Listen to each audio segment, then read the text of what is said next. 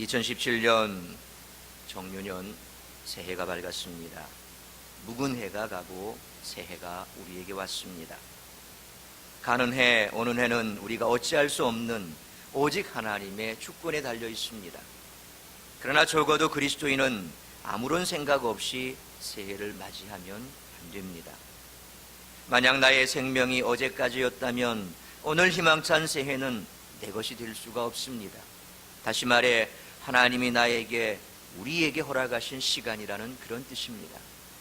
새해가 하나님이 나에게 허락하신 것이라면 거기에는 반드시 나를 향한 하나님의 뜻이 담겨 있을 것입니다. 이 땅의 모든 것들은 존재하는 목적과 의미가 있습니다. 그러므로 오늘 새해 첫 주 이 예배 시간에 나를 여기에 있게 하신 하나님의 은혜를 명심하고 더 깊은 말씀과 기도와 찬양 속에 그 뜻을 분별하고 순종하는 한 해가 되시기를 주의 이름으로 축원합니다. 우리는 그리스도 안에 있는 자들입니다. 그러므로 하나님이 내 삶과 가정과 자녀와 생업과 교회에 이루실 새 일을 기대하며 힘차게 출발하는 복된 시간 되시길 바랍니다. 날마다 새로워지는 2017년이 되시기를 축원합니다. 우리 서로 이렇게 한번 인사해 볼까요? 앞에 옆에 계신 분, 새롭게 시작합시다. 새롭게 시작합시다. 새롭게 시작해야 됩니다. 시작은 참 기쁩니다. 그리고 기대가 됩니다. 시작이 반이라 그랬습니다. 시작할 때부터 지난해나 올해나 별 다를 게 없어. 내 삶도 바뀐 게 없고, 내 환경도 바뀐 게 없고, 내 주변에 있는 사람들도 바뀐 게 없고, 모든 것이 그대로야. 새해라고 별 뾰족한 게 있겠어. 그런 마음으로 시작하는 것과, 그래 이제 새롭게 출발하니 새 마음으로 새 뜻으로 새롭게 시작해보자. 지금까지 내가 그냥 그렇게 살았다면 이제 새 각오로 출발해야지. 올해는 정말 지난해보다 더 좋은 일이 많을 거야. 하나님께서 내게 축복해 주실 거야. 이런 기대와 기쁨을 가지고 시작하는 것과는 천지 차이가 날 줄로 믿습니다. 저는 2017년은 우리 사랑샘교회가 새롭게 출발하는 원년이라고 생각합니다. 올해 10월 달이면 새로운 성전으로 옮기게 됩니다. 한창 공사가 진행 중에 있습니다. 홈페이지에 들어가 보시면 공사 진행되는 그런 과정들이 사진으로 계속 올라가고 있습니다. 업로드되고 있습니다. 왜냐하면 기초팔 때부터 골조를 세우고 건물이 하나 둘씩 완공될 때까지 그 사진들을 쫙 모아놓으면 마치 영상처럼 그렇게 연결이 되겠지요.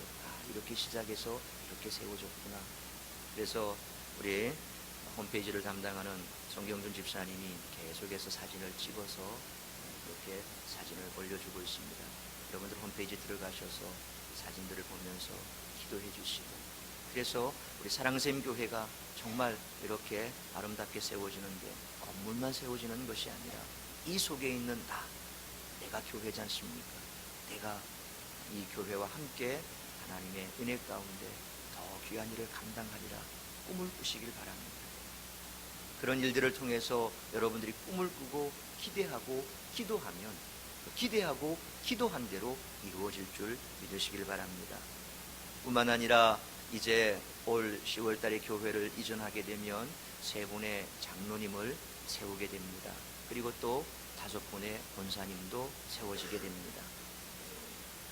뿐만 아니라 개척 7년 만에 저의 위임식도 이제 치러지게 됩니다.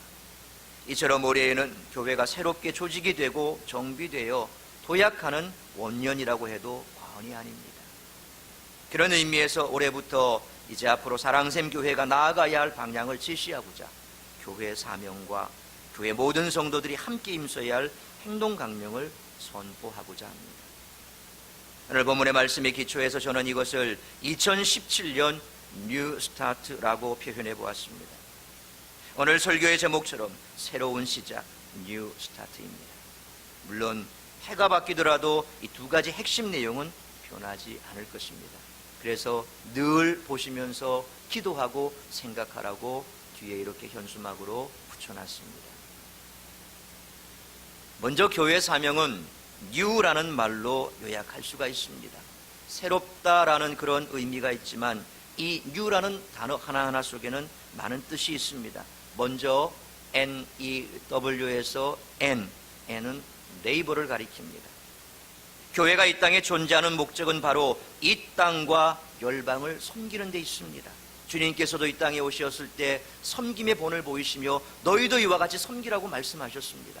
교회가 섬길 때에 그 교회의 존재 목적이 있고 존재 가치가 실현되는 겁니다. 그래서 올해 성탄원금 201만 8천 원이 모여졌습니다. 지난 공동의회 때 제가 이 성탄원금을 어떻게 할까 우리 사모가 뜬금없이 그러더라고요. 올해 그 성탄원금 어려운 이웃을 위해서 다 쓰면 어떨까요? 곰곰이 생각해 봤습니다. 그리고 기도했습니다. 그런데 그 성탄원금을 어떻게 할까 고민하는 가운데 제가 설교를 준비하면서 인터넷을 검색하는 가운데 뉴스기사 가운데 굿네이버스에서 이런 아동들이 있다라고 하는, 그래서 이런 아동들을 좀 도와달라고 하는 배너 광고가 있었습니다. 클릭해 봤습니다. 참 가슴이 뭉클했습니다. 그리고 가슴이 먹먹했습니다. 아, 그렇구나. 저런 아이들이 있구나. 그래서 그 광고에 있는 대로 두 가지 지정 목적 후원금을 하기로 결단을 하고, 그리고 공동의회 때 우리 함께 하신 세례 교인분들에게 여쭤봤습니다. 이곳에 이번 성탄원금을 다 똑같이 반으로 나누어서 기부했으면 좋겠습니다. 어떻게 생각하십니까? 모든 성도님들이 만장일치로 그렇게 하자라고 했습니다. 그래서 각각 한 군데씩 109,000원씩 100만 9천원씩 송금을 했습니다. 혹시 지금 바탕화면에 기부 영수증 있습니까? 조금 작아서 잘 보일란가 모르겠는데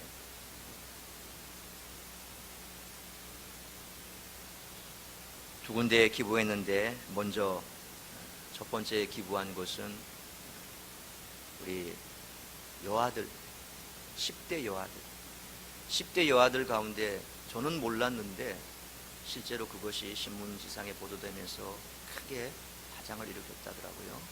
깔창생리대라고 들어보셨습니까? 아시는 분은 다 아신다더라고요. 깔창생리대. 집안 형편이 어려워서 이제 막 생리를 시작한 10대 여아들이 생리대 살 돈이 없다는 거예요. 그러니까 생리가 터져서 본인도 어떻게 될지 엄마가 계시면 가르쳐 주겠죠. 근데 엄마가 없단 말이에요. 이 여자가 집에는 아무도 없어요. 아빠밖에 없고. 그러니까 혼자 어떻게 할지 모르는 겁니다. 그리고 그것을 어떻게 감당을 해야 되는데 돈이 없어서 생리대를 못 사니까 신발 깔창에다가 화장지를 말아서 그렇게 사용하는 깔창생리대라는 그런 말이 뉴스에 보도됐다고. 참 그걸 보는 순간 딸을 키우는 아빠 입장에서 너무 가슴이 아팠습니다. 어느 누구 하나 여자로서 성장하는 과정에 도움을 줄 수 없는 그런 상황. 그래서 어떤 아동은 그냥 그렇게 방치하는 상태에서 자궁에 혹이 20cm 가량 혹이 생기고, 너무 고통스러워서 의사 선생님을 방문하니까 왜 이렇게까지 방치해뒀냐고 야단을 맞았고, 엄마가 없습니다.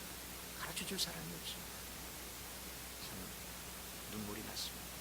그래서 그 여아들에게 이제 우리 성탄원금 절반 100만 9천원을 기부를 했고요.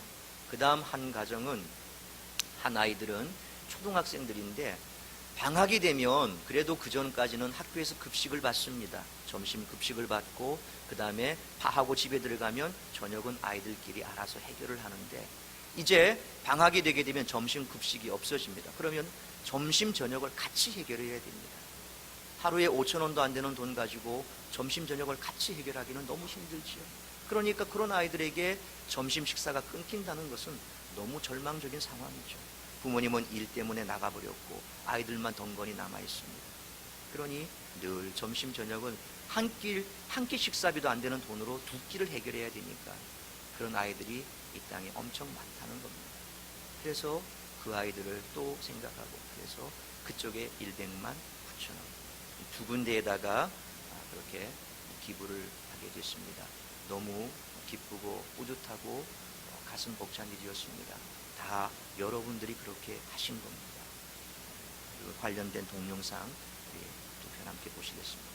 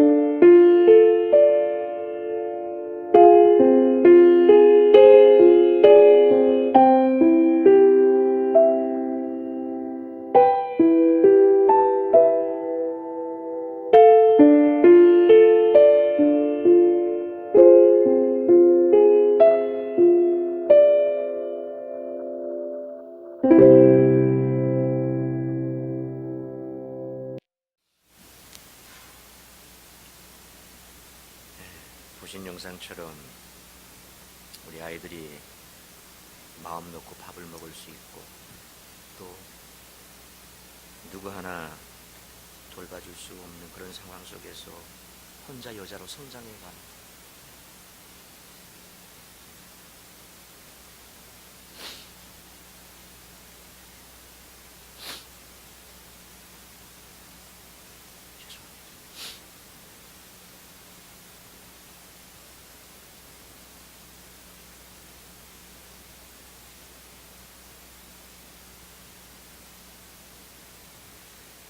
그래서 이제 계속해서 성탄절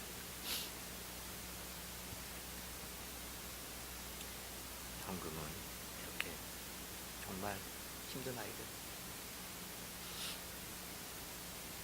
1년에 한 번이지만 할 수 있도록 계속 했으면 좋겠습니다.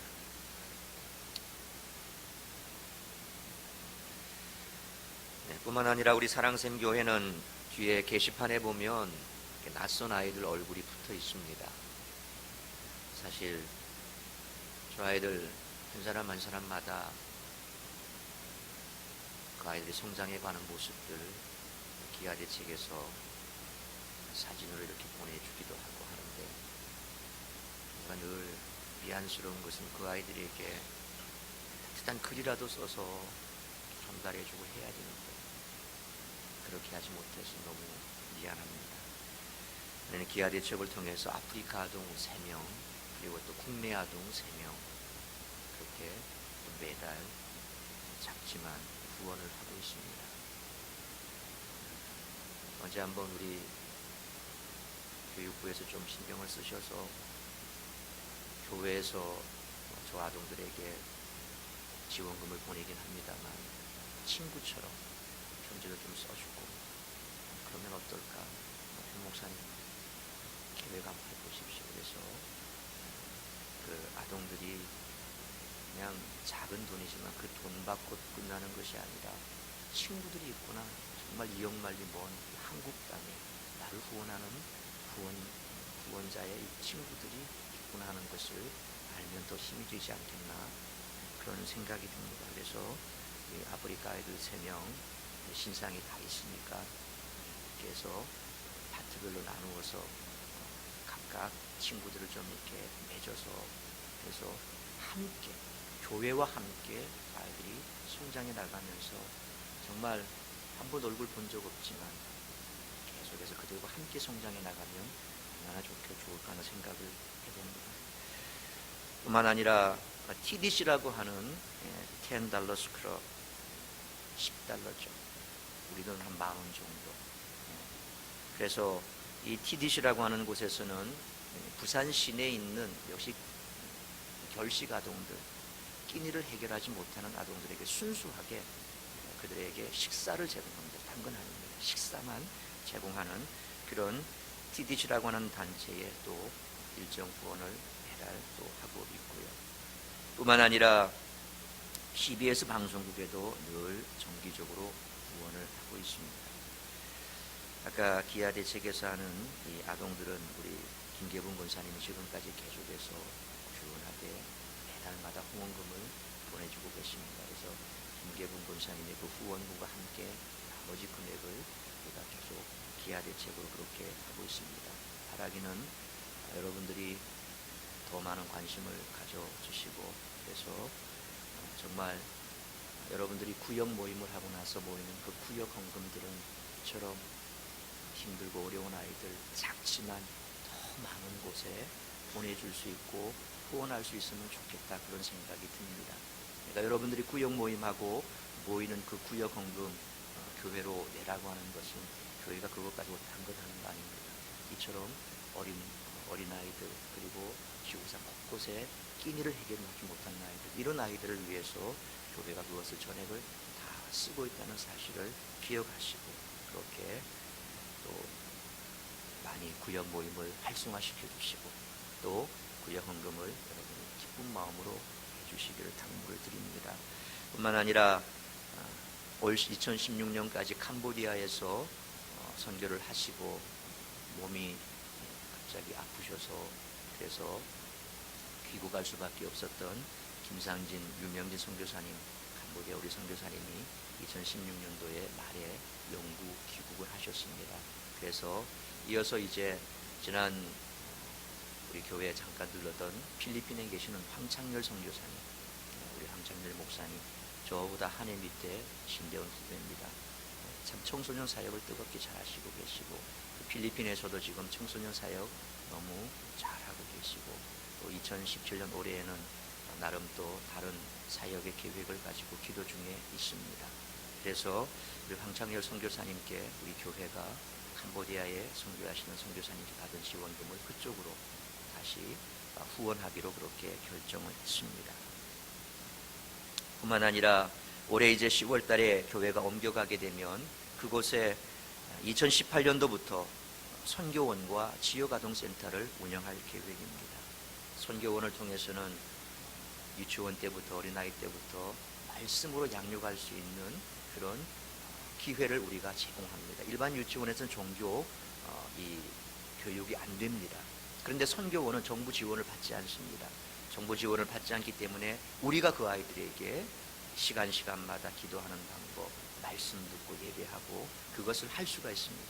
그래서 이런 선교원을 통해서 또 많은 부모님들이 주님께로 돌아오는 일들도 계속해서 일어나고 있습니다.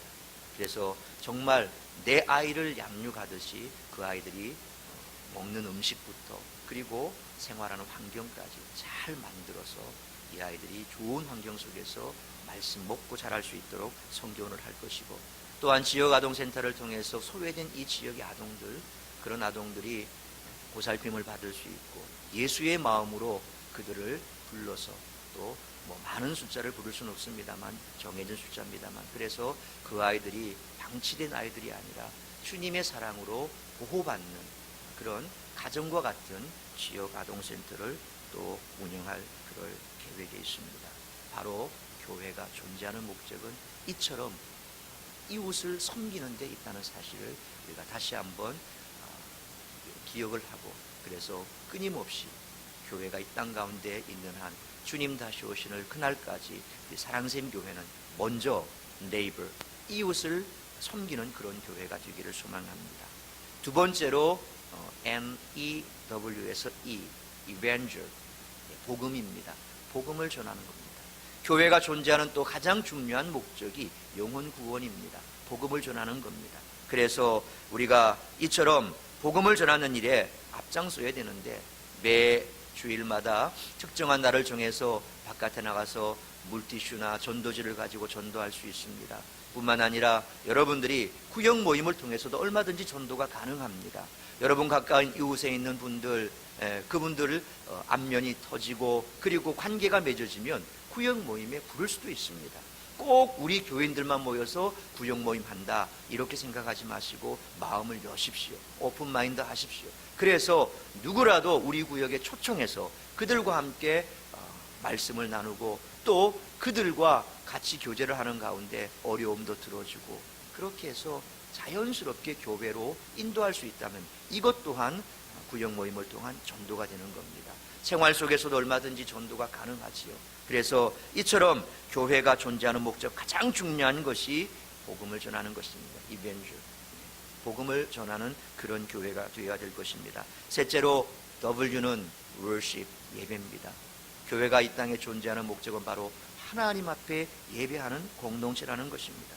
예배를 통해서 하나님은 우리에게 은혜를 베풀어 주십니다. 또한 예배 가운데 하나님이 임재하시고 성도들이 예배 가운데 그 하나님을 체험하고 하나님의 살아계심을 그들이 늘 삶 가운데 가까이 받을 수 있는 그런 중요한 매개체가 예배입니다.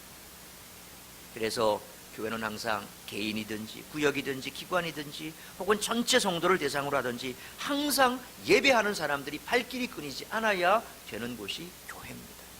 그래서 올 한 해 동안 우리 교회가 늘 비어있는 것이 아니라 누구라도 와서 구역 모임도 하고 교제도 나누고 예배하고 그런 24시간 개방되어 있는 그런 공간이 됐으면 좋겠습니다. 옮겨가서도 마찬가지입니다.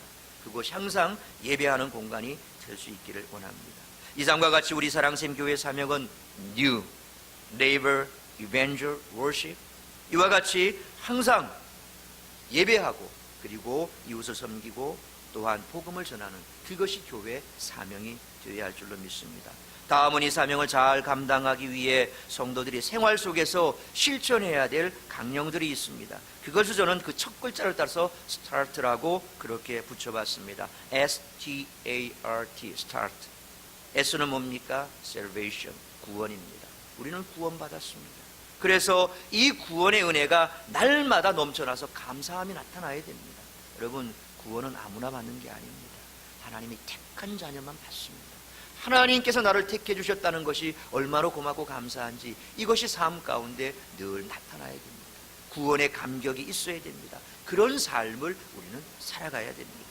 그 다음 타임입니다. 시간을 들여서 예배하고 전도하고 봉사하는 삶을 살아가야 됩니다. 내 시간을 드려야 됩니다. 나만을 위해 쓰는 시간이 아닙니다. 하나님이 나를 구원하셨을 때는 그 시간까지도 내 것이 아니라 하나님의 것인 줄 알아야 됩니다. 그래서 하나님을 위해서 시간을 들여서 예배하고 전도하고 봉사하는 삶을 살아야 됩니다. 그 다음에 어소시에이션, 교제입니다. 교제하기를 위해서 소그룹 모임이 생활화되어야 됩니다. 여러분들 교회 안에서 이처럼 예배드리고 흩어져 버리거나 하면 일주일 동안 어떻게 흔적도 없습니다. 어떻게 지내는지도 모릅니다. 그래서 구역 모임이 있는 겁니다. 일주일에 한 번 시간을 정해서 다시금 그 작은 공동체가 모입니다. 그리고 그 속에서 어떻게 지내고 있고 또 내가 지금 어떤 아픔을 겪고 있고 내 기도의 제목은 뭐고 서로 소그룹 교제를 통해서 우리의 삶이 오픈이 되고 그리고 그들을 붙들고 함께 기도해 줌으로 인해서 교회가 더욱더 아름답게 성장해 돼가는 그런 계기를 만들게 되는 겁니다. 교제가 중요합니다. 교제의 삶을 살아야 됩니다. 여러분 이제 신앙생활 오래 하시다 보면 예수 안 믿는 사람과 한 10분 정도 20분 정도 대화해 보십시오. 그 다음에 대화의 단절을 느끼게 됩니다. 말거리가 별로 없습니다. 물론 세상 돌아가는 얘기를 많이 하죠. 그런데 그것도 10분 20분 하다 보면 바닥이 납니다. 그 다음 할 말이 없습니다. 그러나 예수 믿는 사람끼리 앉아있으면 1시간이고 2시간이고 내 마음을 터놓을 수도 있고 또 상대방의 기도 제목을 들고 같이 기도할 수도 있고 말씀의 은혜도 나눌 수 있고 하루 종일 얘기를 해도 괜찮습니다. 이처럼 교회는 믿는 자끼리의 교제가 참으로 소중하다는 것입니다. 그래서 올 한 해 동안 여러분 구역 모임을 그냥 대수롭게 생각하지 마십시오. 그래서 구역 모임에 힘쓰는 교제하기를 힘쓰는 삶을 살아가시길 바랍니다. 그 다음에 R은 로열티입니다. 왕권입니다. 하나님의 자녀에게 주어진 그 특권을 매일 누리는 삶입니다. 우리는 보통 사람이 아닙니다. 자, 옆에 계신 분 한번 쳐다보십시오. 평범해 보이지요? 때로 좀 짜증스럽기도 하지요. 그러나 우리는 하나님의 자녀입니다. 보통의 사람들이 아닙니다. 쉽게 말하면 여러분은 다 왕족들입니다. 왕족. 그렇죠? 여러분은 다 왕족들입니다. 사우디아라비아나 이런 중동 지역에 왕가가 있는 그런 왕족들 보면 보통의 삶을 안 살지 않습니까? 우리는 천국 가면 그런 삶을 살 겁니다. 그들은 이 땅에서 그렇게 살다 죽으면 끝입니다. 그러나 우리는 이 땅에 하나님께서 우리를 왕같은 제사장님, 왕같은 제사장님, 하나님 나라의 백성으로 불러주셨기 때문에 우리가 하나님께 받은 이 왕권, 그 왕권을 누리며 살아야 됩니다. 하나님이 우리에게 주신 특권이 뭡니까? 가장 중요한 건 기도하는 겁니다. 하나님 앞에 기도하면 하나님이 다 들어주십니다. 그래서 우리가 받은 이 특권을 누리는 삶을 살아야 됩니다. 그걸 누리지 못하면 아무리 하나님께서 왕같은 제사장이요 왕족으로 그리고 특권을 줬다 하지만 그거 누리지 못하면 아무 소용이 없습니다. 로열티, 왕권을 우리는 누려야 됩니다. 그 다음 마지막에 트레이닝, 양육입니다. 여러분의 신앙이 가만히 있다고 성장하는 것이 아닙니다. 훈련을 받아야 됩니다. 그래서 지금 행복 아카데미가 시작이 되고 있고 이 행복 아카데미를 마치고 나면 다시 제자 훈련에 들어가서 또 훈련을 받고 뿐만 아니라 이 훈련뿐만 아니라 성경 훈련 여러 가지 많은 훈련들 지금 제가 준비하고 있는 것이 참 많습니다. 교회를 옮기게 되면 공간이 마련되게 되면 이제 그 모든 보따리를 다 풀 겁니다. 그래서 여러분들이 매 주일마다 언제건 간에 이와 같은 훈련 프로그램을 통해서 여러분의 신앙을 성장할 수 있도록 여러분의 신앙이 성장될 수 있도록 계속해서 교회가 지원을 아끼지 않을 것이고 그래서 여러분은 이와 같은 훈련을 통해서 양육과 훈련을 통해서 여러분의 신앙이 성숙하고 성장하는 데 여러분이 애를 써야 할 것입니다. 바로 이처럼 교회는 뉴 스타트 2017년 뿐만 아니라 계속해서 교회가 그 사명을 감당하기 위해서 우리가 교회가 존재하는 그 목적을 우리의 표대로 삼고 우리 성도들이 한 사람 한 사람 이와 같은 삶을 살아갈 때 중요한 건 우리가 삶을 살아야 됩니다. 이 삶을 살아갈 때 교회가 존재하는 그 목적이 성취될 줄로 믿습니다. 오늘 본문을 보면 사도 바울은 16절에서 그러므로 우리가 낙심하지 아니하노니 우리의 겉사람은 낡아지나 우리의 속사람은 날로 새로워진다. 매일매일 새로운 출발을 할 수 있는 그러한 준비가 되어지는 것입니다. 이 말씀 속에서 사도 바울의 깊은 내면을 보게 됩니다. 그의 육체는 늙어가지만 그의 속사람은 날마다 새로워지고 생기가 넘치고 파도치는 감격 속에서 살아가고 있음을 우리는 발견하게 됩니다. 2017년뿐만 아니라 계속해서 우리 사랑샘교회가 이제 표방하는 이 행동 강령과 그리고 교회의 사명을 계속 곱씹어 보십시오. 정말 이것을 계속 곱씹다 보면 사도 바울이 느꼈던 날마다 내 속사람이 새로워진다, 내 속사람은 날로 새로워진다, 이 감격이 여러분의 피부 속에 와닿을 겁니다. 우리 모두도 바울처럼 날마다 새로워지기를 바랍니다. 비록 우리 육체의 겉모습은 어쩔 수 없이 낡아가지만 주님이 거하시는 나의 속사람은 날마다 새로운 감격과 고백 속에서 기쁨과 감사가 넘치는 그런 삶을 살아가시기를 축원합니다. 새해 첫날만이 아니라 이 해가 다 질 때까지, 아니 우리 모두가 주님 앞에 다시 서는 그날까지 주어진 삶에 감사하면서 기쁘게 살아갈 수 있기를 주의 이름으로 축원합니다. 왜냐하면 사도 바울은 고린도후서 5장 17절에서 누구든지 그리스도 안에 있으면 새로운 피조물이라 그렇게 말씀했기 때문입니다. 여기서 새로운 피조물이란 단어를 우리는 주의 깊게 살펴야 합니다. 이 말은 현재 진행형입니다. 성도는 계속해서 새로워지는 존재라는 그런 말씀입니다. 오늘 설교 제목에 비추어 보면 뉴 스타트, 매해를 시작할 때마다, 매달을 시작할 때마다, 내가 매일매일 내 삶의 첫날을 시작할 때마다 우리는 새로운 출발을 하는 겁니다. 한 번 새로워지고 끝나는 것이 아니라 날마다 새로워지는 그런 존재라는 뜻입니다. 구약시대 성전 안에는 항상 제단에 불이 피어올랐습니다. 하루라도 꺼지지 않고 불이 붙어 있어야 했습니다. 뿐만 아니라 그 성전 안에 진설병 떡도 한 번 만들어 제단에 바치는 것이 아닙니다. 매일 몇 시간마다 새로운 진설병이 차려졌습니다. 날마다 새로운 떡을 구워서 제단 앞에 차려놓았습니다. 이것이 의미하는 것이 무엇입니까? 하나님은 날마다 새로운 것을 원하신다는 것입니다. 우리의 몸도 하나님께 드리는 제물인 줄 믿으시길 바랍니다.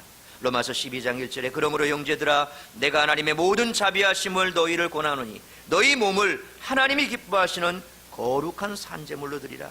이는 너희가 드릴 영적 예배니라 그랬습니다.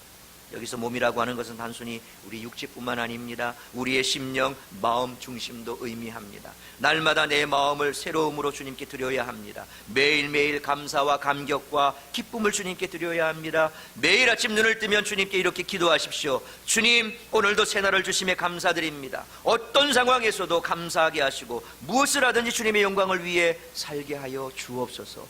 매일매일 이런 고백을 하며 살아보십시오. 어떤 사람은 감정적인 신앙을 위험하다고 말합니다. 그러나 감정이 메마르고 창백해지면 그것은 더욱 위험해집니다. 신앙은 체험입니다. 그런데 감정이 없는 신앙생활을 해보십시오. 뜨거움이 없습니다. 감사가 메말라집니다. 영적인 감격이 사라지게 됩니다. 여러분, 사람은 감정의 동물입니다. 만약 내게 감정이 메말라 있다면 필시 그것은 어딘가 병이 들어있습니다. 모든 것을 내 규격에 맞춰서 마치 두부 자르듯이 싹둑 잘라서 그렇게 살아간다고 생각해 보십시오. 얼마나 피곤하겠습니까? 본인도 피곤할 뿐만 아니라 보는 사람도 피곤해집니다. 감정이 메마른 겁니다. 감정이 있다 보면 그 감정에 따라서 기분 좋으면 그냥 선심을 베풀 수도 있지, 또 화가 나면 그 화를 낼 수도 있습니다. 그러나 성경 안에서, 주님 안에서, 성령 안에 있는 사람이라면 화를 내는 것보다 기뻐하고 감사하는 것이 더 많겠지. 우리는 이처럼 감정을 가지고 있습니다. 그 감정이 늘 성령 안에서 역동하고 그리고 성령 안에서 요동치는 감정이 되어야 할 것입니다. 부부간에도 권태기가 오면 서로 보기 싫어지고 싸우게 되고 심한 경우에는 이혼도 하게 됩니다. 우리의 영적인 생활에 있어서도 권태기가 오는 것을 주의하십시오. 신랑 되신 예수님과 신부된 성도 사이에 처음 사랑이 식어지면 그렇게 될 수밖에 없습니다. 그래서 우리는 날마다 새로워지는 그런 신앙이 필요한 것입니다. 주님과 나와의 관계가 시들해지지 않도록, 권태기가 오지 않도록 매일 매순간 자신의 신앙을 점검하시고 확증하는 그런 작업이 필요합니다. 계시록 2장에 보면 소아시아 7교회를 향한 주님의 말씀이 기록되어 있습니다. 첫 번째로 에베소 교회를 향해 말씀하시면서 그 교회를 책망하셨습니다. 책망의 내용은 에베소 교회 성도들이 주님을 향한 첫사랑을 잃어버렸다는 것입니다. 이것을 깨닫고 주님과의 첫사랑을 회복하라고 말씀하십니다. 지금의 내 신앙을 고수하는 것 참 중요합니다. 그러나 감격과 감동이 없는 껍데기뿐인 신앙의 지킴은 옳지가 않습니다. 그것은 지킴이 아니라 버팀입니다. 매우 위험합니다. 주님이 나에게 베풀어 주셨던 첫사랑의 그 뜨거웠던 감격, 그것을 깨닫고 회복하시기를 축원합니다. 계속해서 계시록 3장 14절 이하를 보면 라오디게아 교회를 향하여 차든지 뜨겁든지 하라고 경고하십니다. 주님은 미적지근한 상태를 싫어하신단 말씀입니다. 예수님은 세리와 죄인들과는 가까이 하면서 그들을 구원시키고 복음을 전하는 일을 하셨지만 바리새인과 서기관들과 대제사장들, 소위 말하는 유대 종교 지도자들은 싫어하셨습니다. 왜일까요? 그들은 차갑지도 않고 뜨겁지도 않은 그런 신앙을 갖고 있었기 때문입니다. 세리와 죄인들은 예수님이 전하는 복음의 메시지가 그들의 마음밭에 뿌려졌을 때 그 말씀을 받고 회개하고 주님을 영접하고 새 사람이 됐습니다. 그런데 반대로 유대 종교 지도자들은 주님의 말씀을 배척했습니다. 마음밭이 길가와 같이 굳어지고 무감각해졌기 때문입니다. 아무리 말씀의 씨앗이 뿌려져도 심기지 않고 돌짝밭과 같이 씨앗이 자라지도 않은 그런 상태였기 때문입니다. 여러분, 길가가 어떻습니까? 처음에는 딱딱한 땅이 아닙니다. 오랜 세월 환경의 변화에 따라 서서히 굳어진 것입니다. 처음에는 부드러웠는데 이런저런 일들을 겪으면서 어느 순간 굳어지기 시작했어. 지금 그렇게 된 것입니다. 지금 주님의 말씀을 들어도 은혜가 임하는데도 아무런 감동과 감격이 없다면 어쩌면 심령밭이 길가와 같이 굳어져 있는 것인지도 모릅니다. 과거에 아픔이 있습니까? 상처가 있습니까? 그걸 계속 다지지 마십시오. 계속해서 우리의 마음밭을 기경해야 됩니다. 갈아엎어야 됩니다. 그래서 새로운 출발을 매일 해야 되는 겁니다. 내 과거의 상처, 그거 움켜쥐고 이건 놓아버리면 내 삶이 무너지는 것처럼 생각하지 마십시오. 오늘 무너져도 내일 주님은 새 힘을 주십니다. 오늘 자빠져도 내일 다시 일으켜 주십니다. 오늘 상처받은 것, 그 상처 부여잡고 내가 그 상처 때문에 아무것도 못한다면 우리는 내 신앙을 지키는 것이 아니라 그저 버티는 수준에 불과합니다. 내려놓으십시오. 매일 기경하십시오. 새로운 출발을 선포하십시오. 오늘 내가 받은 인간으로 인한 상처, 교회 안에서 받았던 사람으로 인한 상처, 그래서 사람과 단절하고 나는 내 신앙만 내가 지킨다. 이건 내 신앙 지키는 게 아닙니다. 내 신앙을 버텨내는 겁니다. 그런 상태는 좋지 않습니다. 오늘 받은 상처 주님 안에서 해결하십시오. 남을 미워하는 마음, 그거 갖지 말라는 것 아닙니다. 사람이니까 가질 수 있습니다. 감정의 동물이니까 가질 수 있습니다. 그거 어떻게 해결이 됩니까?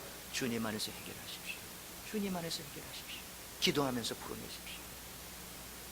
주님께서 어떤 계기를 만들어 주실 것을 기도하면서, 그리고 기다리십시오.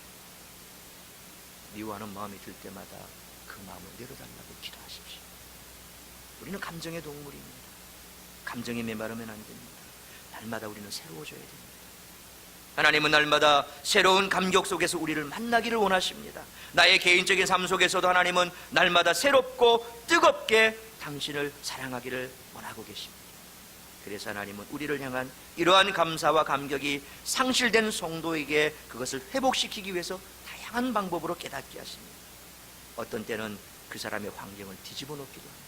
때로는 더 감격을 격앙시키기도 합니다. 그렇다면 날마다 새로운 신앙을 하기 위해서 필요한 게 뭘까요? 첫 번째로 지난 일을 기억하거나 생각하지 말아야 합니다. 이사야 43장 18절로 19절 말씀 우리 같이 한번 읽습니다. 시작.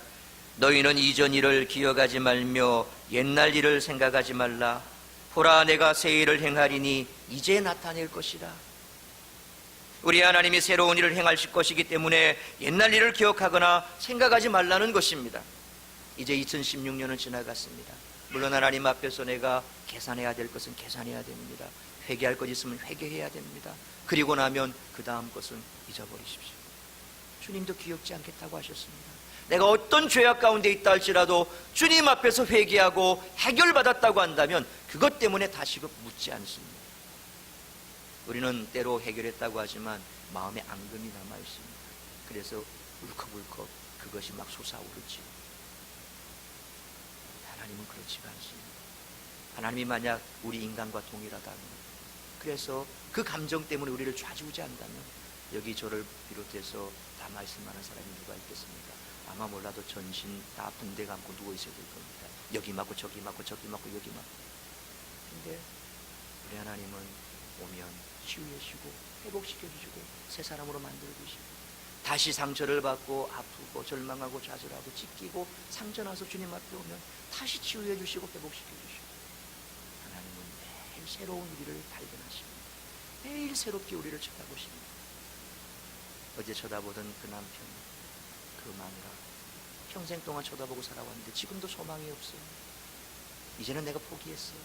쳐다보기도 싫어. 꼴 보기도 싫어. 숨소리도 듣기 싫어. 우리 하나님이 그렇지 않으십니다.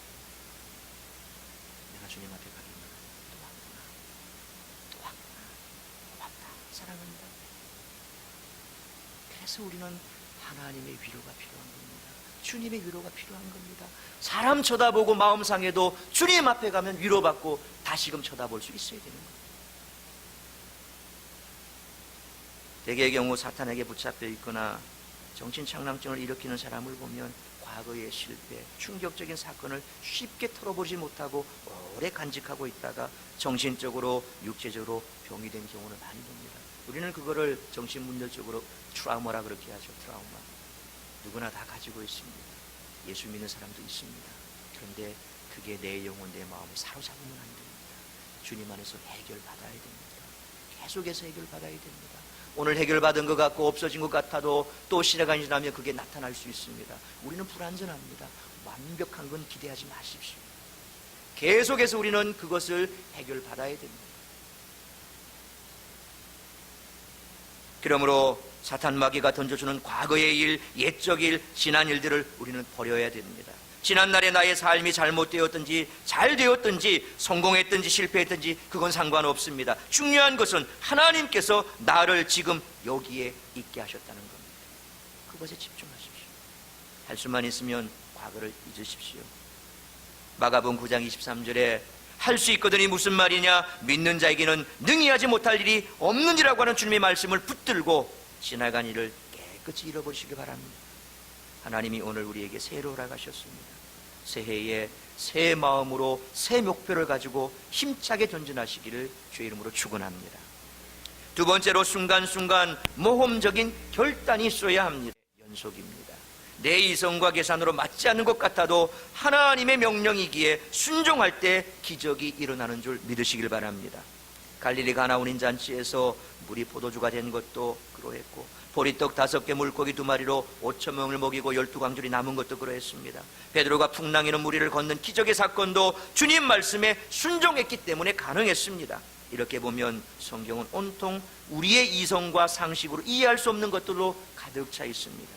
따라서 주님은 항상 우리에게 모험적인 결단과 순종을 요구하십니다. 모험적인 결단이라고 하는 것은 나의 이성과 계산을 뛰어넘는 그런 결단을 말합니다. 하나님 앞에 헌금을 드릴 때에도 돈이 귀한 줄 알지만 인색한 마음에 붙잡히지 않고 모험적인 결단과 함께 드리는 자에게 하나님은 반드시 더 크고 귀한 것으로 축복해 주실 줄 믿으시길 바랍니다.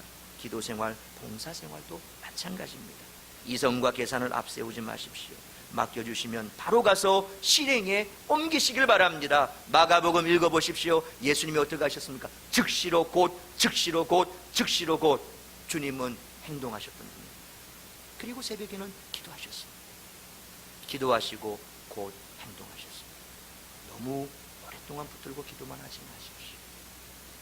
기도하셨으면 뭔가 하려고 시작하십시오. 그래서 이처럼 모험적인 결단에 연속이 있을 때 우리의 삶은 더 새로워질 줄로 믿습니다. 무사한 일주의, 태평주의, 지나친 형식주의는 하나님 앞에 결코 인정받을 수 없습니다. 2017년 올 한 해 그래서 너무 지나치게 생각만 하고 아무 일도 하지 말고 아무 일도 하지 못하는 그런 일이 아니라 정말 하나님 앞에 기도했으면 뭔가 시작하려고 애를 써보십시오. 그러면 만나게 되고 열려지게 되고 그리고 찾게 될 줄로 믿습니다. 세 번째로 날마다 반성하며 회개해야 합니다. 하나님 앞에서 항상 자신을 반성하고 잘못은 버리고 회개할 때는 숨김없이 회개해야 합니다. 회개할 줄 아는 심령이 날마다 새로워질 수 있습니다. 이 시대는 예수님의 말씀처럼 피리를 불어도 고가지 아니하고 노래를 불어도 춤추지 아니하는 무감각 시대가 되었습니다. 기도의 필요성도 신앙의 필요성도 모두 없어지고 단지 육체적인 쾌락과 향락만이 삶의 전부가 되어버렸습니다. 그리스도인조차 영적인 것보다 육적인 것이 더 소중히 여겨지고 그것을 따라 살아가게 됐습니다. 영적인 것은 당장 눈에 보이지 않고 육적인 것은 눈에 보이고 만져지기 때문에 그렇습니다. 그러나 오늘 본문에서 바울은 분명하게 말씀합니다. 우리 18절 말씀 같이 한번 읽습니다. 시작. 우리가 주목하는 것은 보이는 것이 아니요 보이지 않는 것이니 보이는 것은 잠깐이요 보이지 않는 것은 영원함이라. 우리는 보이지 않는 것을 붙들고 살아가는 사람들입니다. 보이는 것은 누구나 다 볼 수 있습니다. 우리는 그 너머의 것을 보는 사람들입니다. 그래서 예수 믿는 사람들 보면 때로 참 특별한 사람, 독특한 사람, 그래서 좀 세상 말로 하면 정말 별난 사람, 이상한 사람들, 그래서 세상 사람들 우리를 싫어합니다. 여러분 가만히 보십시오. 아직도 교회 친구보다 세상 친구가 많습니까? 세상 친구들하고 어울리면 더 기분 좋습니까? 더 하루가 어떻게 가는지 모르고 정말 잘 갑니까? 그러면 회개해야 됩니다. 아직도 내가 육에 속한 사람이다. 회개해야 됩니다. 우리는 보이는 것을 쫓아가는 사람이 아닙니다. 보이지 않는 것을 쫓는 사람입니다. 왜요? 벌써부터 세상 사람들은 천국 지옥 그거 없다고 얘기하잖아요. 근데 우리는 천국 지옥 있다고 얘기하지 않습니다. 그것부터가 벌써 다릅니다. 출발점부터가 다릅니다. 우리는 저 본향을 향해 천국을 향해 가는 그런 유목민과 똑같습니다. 노마드 인생입니다. 몽골의 유목민들 보면 풀을 따라서 움직이지 않습니다. 우리는 천국을 향해서 가는 사람들입니다. 그래서 우리의 삶은 과정입니다. 여정입니다. 그래서 우리를 순례자라 그렇게 말합니다. 천국을 향해서 걸어가는 순례자들입니다. 우리의 삶에 우리의 자리에 있는 것들은 영원하지 않습니다. 세상에 영원한 건 없지요. 우리는 영혼을 쫓아가는 사람들입니다. 그래서 항상 이와 같은 보이지 않는 것을 쫓아가는 우리가 바로 내 실체다, 내 실존이다 하는 것을 잊지 않고 살아가십시오. 예수님께서 처음 사역을 시작하시면서 외친 게 뭡니까? 회개하라, 천국이 가까웠느니라 말씀하셨습니다. 세례 요한이 사역을 시작하면서 광야에 외쳤던 첫 마디도 회개하라, 천국이 가까웠다는 그런 것이었습니다. 내가 뭔가 조그만 잘못을 저질러서도 항상 가책을 느끼고 회개할 줄 알아야 날마다 새로운 생활을 할 수가 있습니다. 그러기 위해서는 우리의 교만과 고집과 아집이 깨어지고 부서져야 됩니다. 회개를 통해 영적인 삶이 날마다 새로워지기를 주의 이름으로 축원합니다. 사랑하는 성도 여러분, New Start 2017년 교회가 새로운 시작을 선포했습니다. 하나님께서는 우리 모두의 속사람이 날로 새로워지기를 바라십니다. 주 안에서 날마다 새로워짐으로 하나님께는 기쁨이 되고 우리 자신에게는 축복의 한 해가 되시기를 주의 이름으로 축원합니다. 기도하겠습니다.